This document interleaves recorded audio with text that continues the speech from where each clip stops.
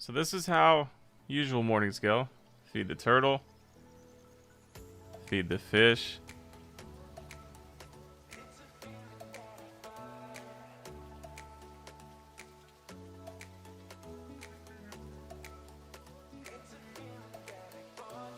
And get him out for playtime.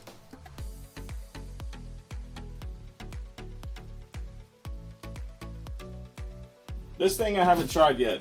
So it's a fogger, which my fogger's broken. But essentially, the main thing that makes this different. Hey, hey, hey, where are you going, sir? Where are you going? He's a problem. So the main thing that makes this different is the hydrometer.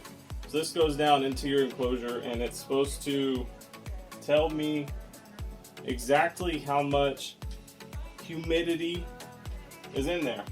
So what I decided to do is today I'm gonna go clean up everything.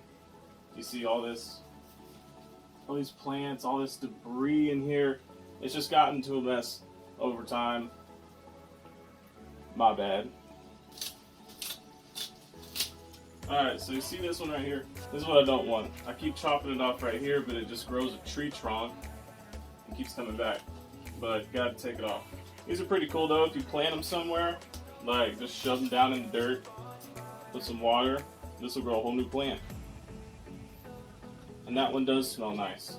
We have a little bit of dead plant matter back here. That's fine. It just looks like it's created its own little biome of whatever this is. So we're gonna get it out of here.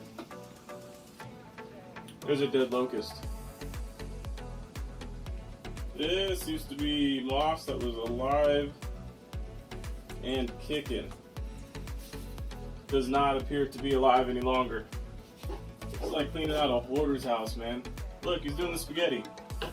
It's when they get real small behind a branch and try to hide from you. Where are you going? What is he doing? I see you. I see you from the other side. Yeah, you're too fat. They're like these little mite things. Really tiny and small and white. And I don't want to touch them. I'll be right back. Alright, now that we're cleaned up, we are going to go ahead and install the Reptizoo humidifier. Setting this up was pretty easy. All I had to do was lift the lid and in goes the water. Now I would recommend that you don't close this lid completely. It does seal really tight and is pretty hard to get off because there's no handle or anything else like that. If you try to pour water in through the top without taking it off, it's a bit too slow, and holding a 6-pound jug up there for a while is just not fun. Uh-oh. Ooh, those are touchscreen.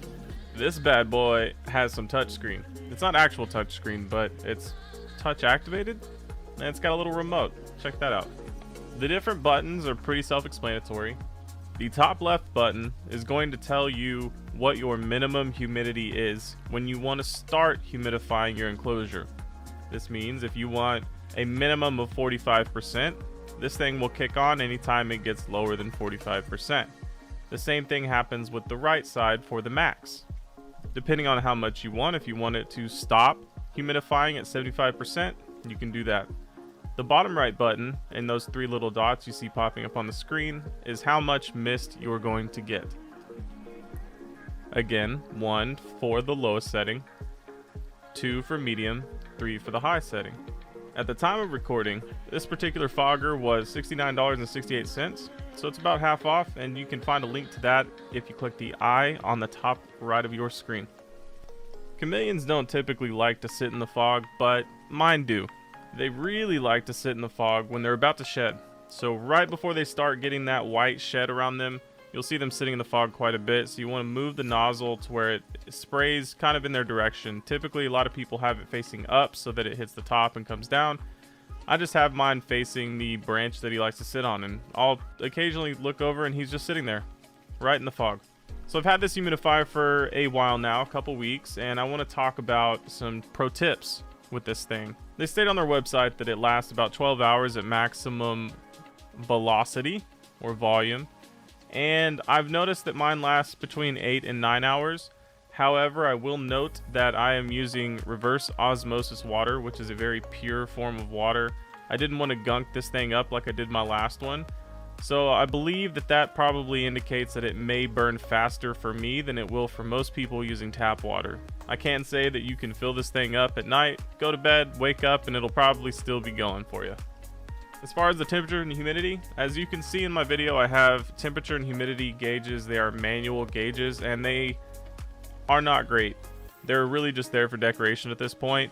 This thing came with a hydrometer, which was sorely needed in my enclosure because I really didn't know what my humidity percent was or what the temperature was. This thing has been super accurate as far as I can tell, and you can see it change when it does change. And one of the cooler features is that when it runs out of water, it's okay, it's not going to burn up. It'll turn itself off and it'll beep at you to let you know that it has run out of water. This is a very smart product, and it solved every issue that I had prior to having this one. I gotta say thank you and give a shout out to Reptizoo for sending me these products for review.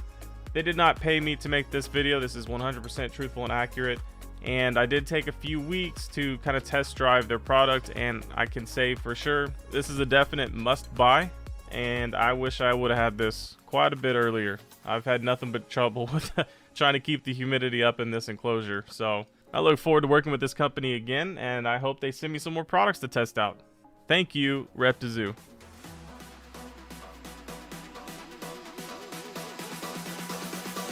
Okay, wrap it up. Bye.